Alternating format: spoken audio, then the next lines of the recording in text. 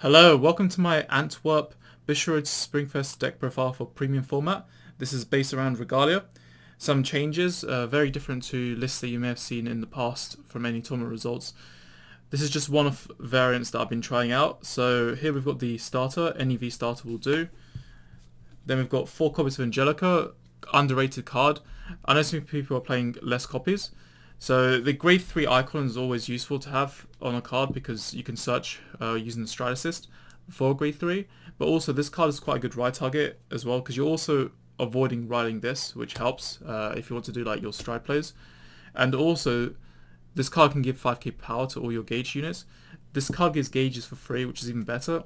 So you could in advance just give gauges, like even if you overdo it, you can give more gauges to your units, and then what you can do is you can use a set of gauges on the current turn, and the next turn you know that if your opponent starves your counterblast or you have to use counterblast for other plays, then you know you've got your gauges already prepared for it. The 5k power is very handy, and also the fact that there's resistance so that your units can't be chosen is helpful if you're against hand trap decks. Most hand traps, obviously there's a few in the game that can get around it, but it works during your turn, so that's always helpful. If you decide not to stride, you can use this and have the immunity. Even works against cards like Brilliant Blister as well, which is one of a few ways this deck can counter Mega Colony. Another thing as well is that your opponent also can't go around killing stuff that easily during their turn as long as they are targeting. So that also helps as well with some random cards that are out there. Then next we have 4 copies of Seal Yggdrasil. So this is the MVP. If you don't draw into this, your deck is slowed down quite a bit.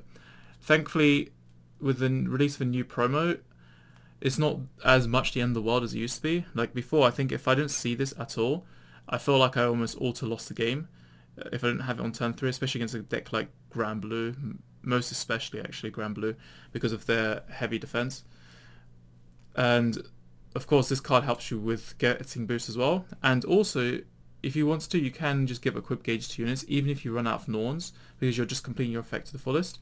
So it's a good way to just constantly have gauges. Of course you're wasting CB every time, just to bear in mind, but also very good because it can be searched via the stride assist, and it's a Rayguard grade 3 as well. And sometimes you might even decide for some reason, if your opponent has a deck that can mess with your board indiscriminately, say for example Zambust Dragon, you can always use this for that reason as well. Or actually if you're playing against Messiah, you can use it against Transel's Messiah as well. So Yggdrasil also good. Probably a Genesis staple if I had to say. Like this is sort of like a must play. Same with this card, Regalia Fate Norn. So this card lets you have your restanders as long as you give it the boostability, which you can only do via Seal Yggdrasil. So this card can search for the Norn.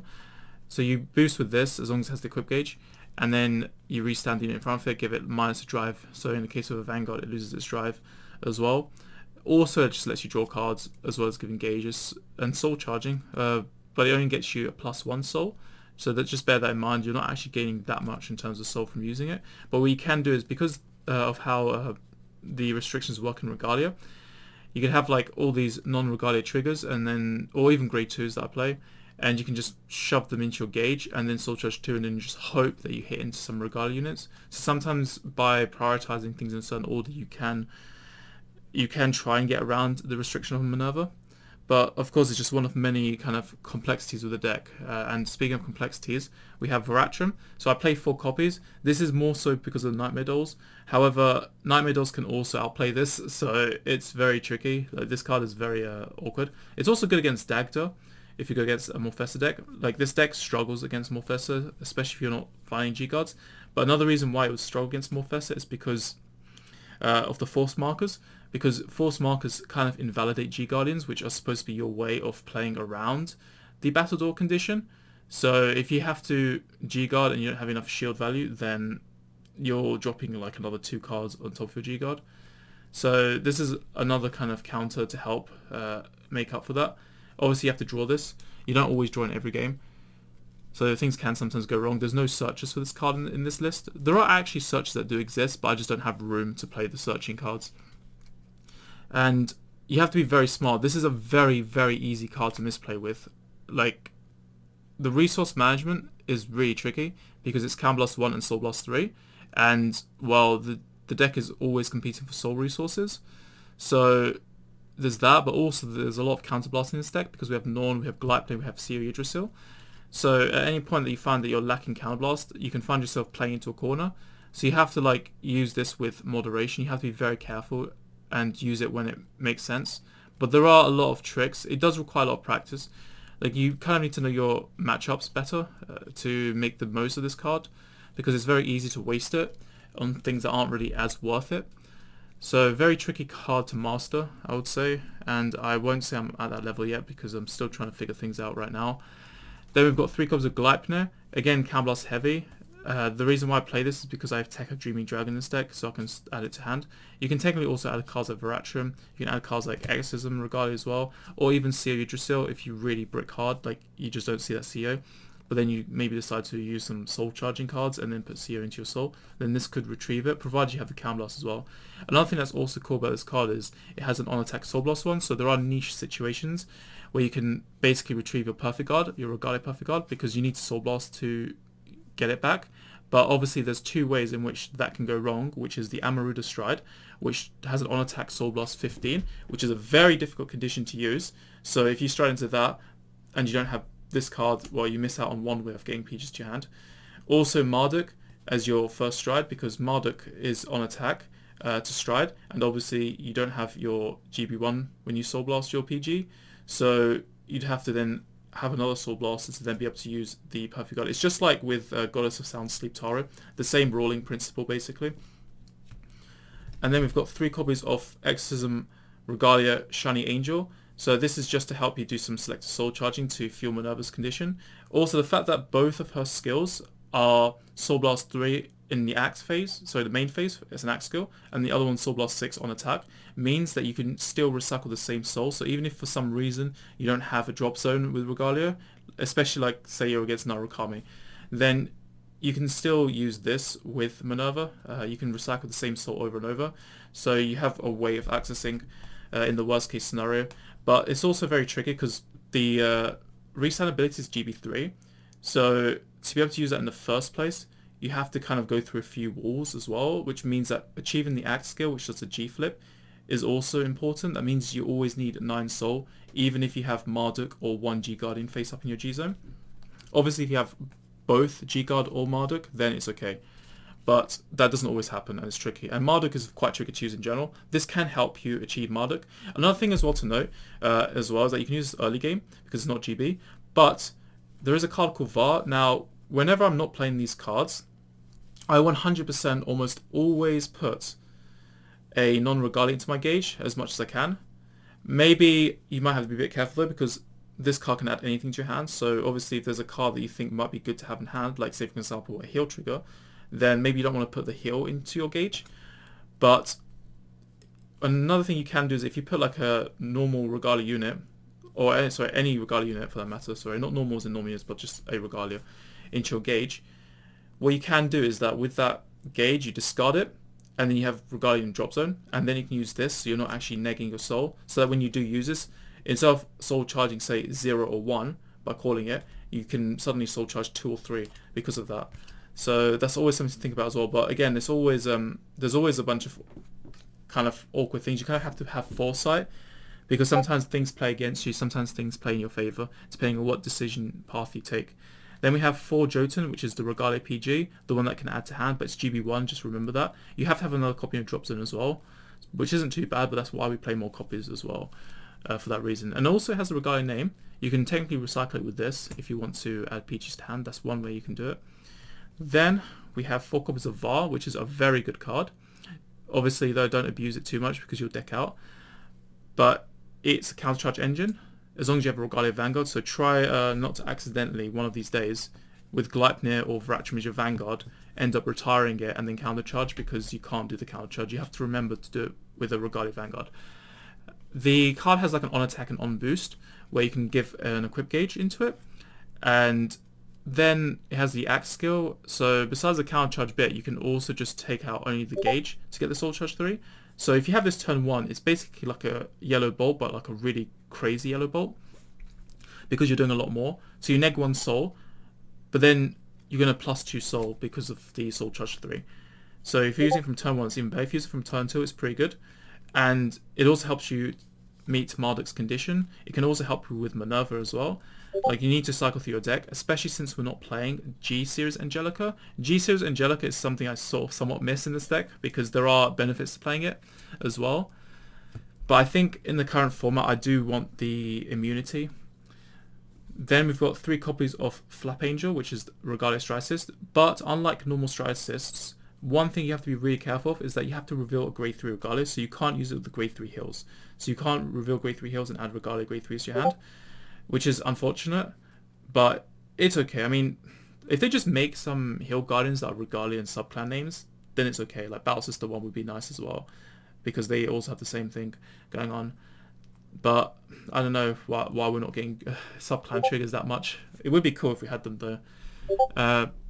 But this is very good because you can search for rear guards, and it's also part of the reason we play more grade 3s, because if you have, say for example, Angelica and this in your hand, and you had ridden maybe CO in the previous turn, or you just have Angelica as your Vanguard, either one of those two things, suddenly you can now find your CEO and add it to your hand. So it kind of saves you in a pinch. You can also do like random rush, so like if you call this early game to search for your right grade 3s, you can just boost it here, and it should be okay. You can do a bit of rush with that as well, like maybe do like an 8k and then like a 15k rush or something, or you can do it with like grade 2, for example. You can have a 10k and then a 15k or something. So it's decent for a rush rear guard as well, just to pair with this if you want to like have this in the back row while having more attacks. And this is like a target you don't really care gets attacked anyway that much, so it's all good.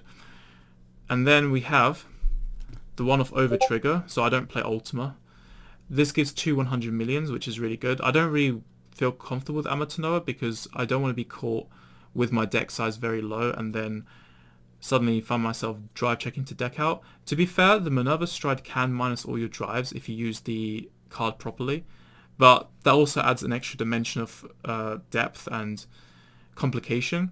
So there is an argument to be made that maybe it's better to just try and keep it simple and go 2 100 millions. Plus, this is actually very good, the 2 100 millions, even if you're not getting the drives, because normally you're just hitting for lethal anyway by having 2 100 millions. We're playing a deck that has Norns in it as well, and we're playing a deck that does full field restand. So even without Amatanoa, like if you're using this to try and stop Amatanoa from working, you're still technically missing out on the fact that you could have given Minerva and Seo Yggdrasil, or whatever rear guard you're boosting with Norn, 2 sets of 100 millions. So this does make it overkill, which is really good. Then the tech of Dreaming Dragon, just because of decking out being a problem.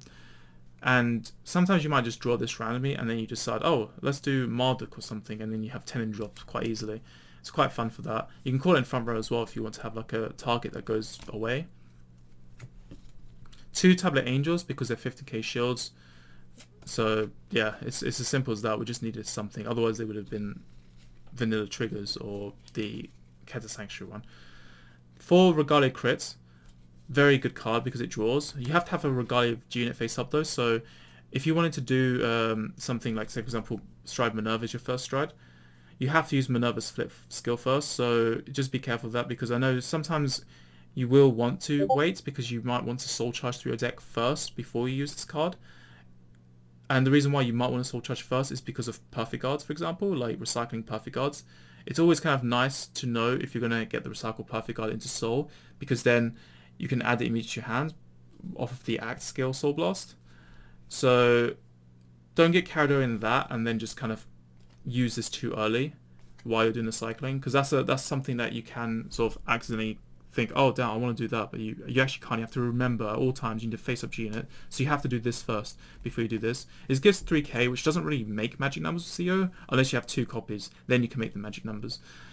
But otherwise, Regalia grade 0, which is the target for the Regalia G guard, and also just the fact that it draws a card, so you can find your CEOs or something if you brick. So also helpful for that as well. 4 Stride Assist crits. We do play a lot of grade 3s and we do play Stride Assist as well for Regalia. Always good to have these on top, because you might find you have Angelic in your hand, you have the Stride Assist in your hand for Regalia, and then you have this, and you don't have a CEO. So dropping this and then using Stride Assist, targeting Angelica from your hand, reveal it, add CEO from deck to hand is always good. And then to top it off, we have 4 Heal Guardians. because we don't want to die early game. That's basically the only reason to play it, just so that we don't auto lose. Then for the G zone, we play 4 copies of Minerva. So Minerva, broken, I guess. Well, broken, not broken, but you know, it's like it's just strong, and it's a late game card, obviously, but it helps you get around some annoying stuff currently in the format, like Gridora, for example. It can resound your whole field, though you have to make sure you have the soul. So obviously with G Guardians being blocked, this does get nerfed against Gridora, which is more the reason to play the Exorcism Regalia, or Hemera if you have Hemeras, which, yeah, that's also another card that I've been playing around with as well. Having these drop zone recyclers is always good to have, and it's also just the fact that it's not decking you out like with VAR, so it's always nice to have those on hand. And then next we have Amaruda. So this gives Tenken a crit, so you're guaranteeing Tenken a crit to a unit. It's kind of good if you don't feel like you're going to make use of this anyway, or like you prefer the instant plus as well, or you think that you might be able to do Soul Blast 15. But Soul Blast 15, I would say like just be smart about it, because yeah, you can like steal games with it. The issue is if you don't, like say for example your opponent's on low damage, it's probably better you don't use this, because there's more risk that they survive if they're on low damage versus if they're on high damage, because then they can tank some of your big attacks more easily.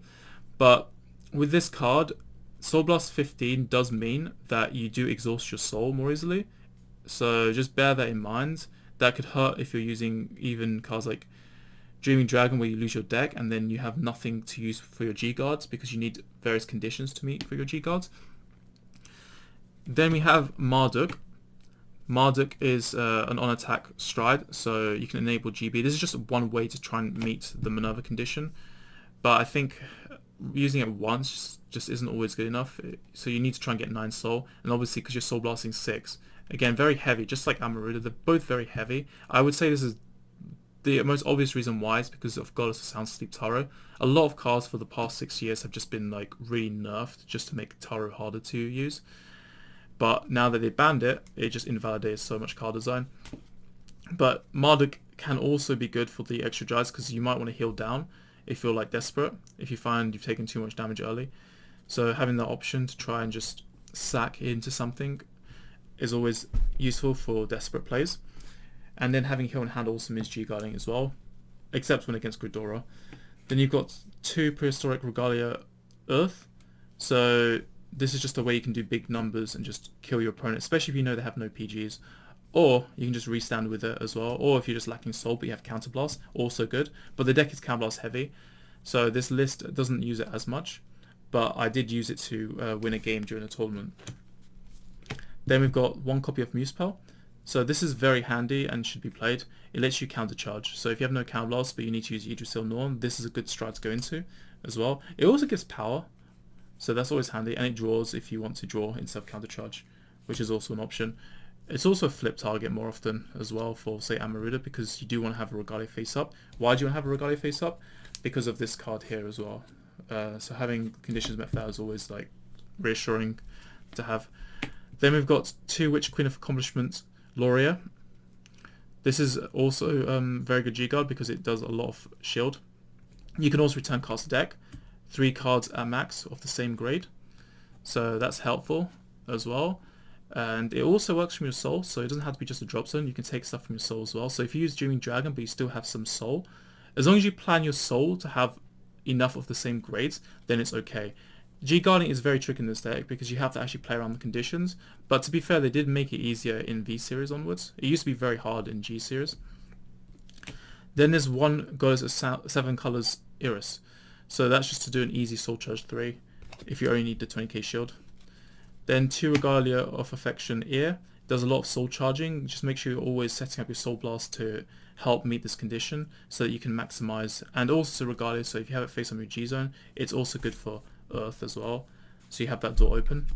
And then you got Tagwoot. So Tagwoot is also a way you can get a lot of shield, especially with a minimal drop zone, because if your drop zone just isn't good, this card helps in that pinch. And then this is very important, Dismal, because it protects your Sea Yggdrasil, so definitely play that as well. And that's basically it for my Premium Springfest Antwerp deck profile. I hope you found that useful, and until then, I'll probably be posting another deck profile anyway. So I'll see you later. Bye.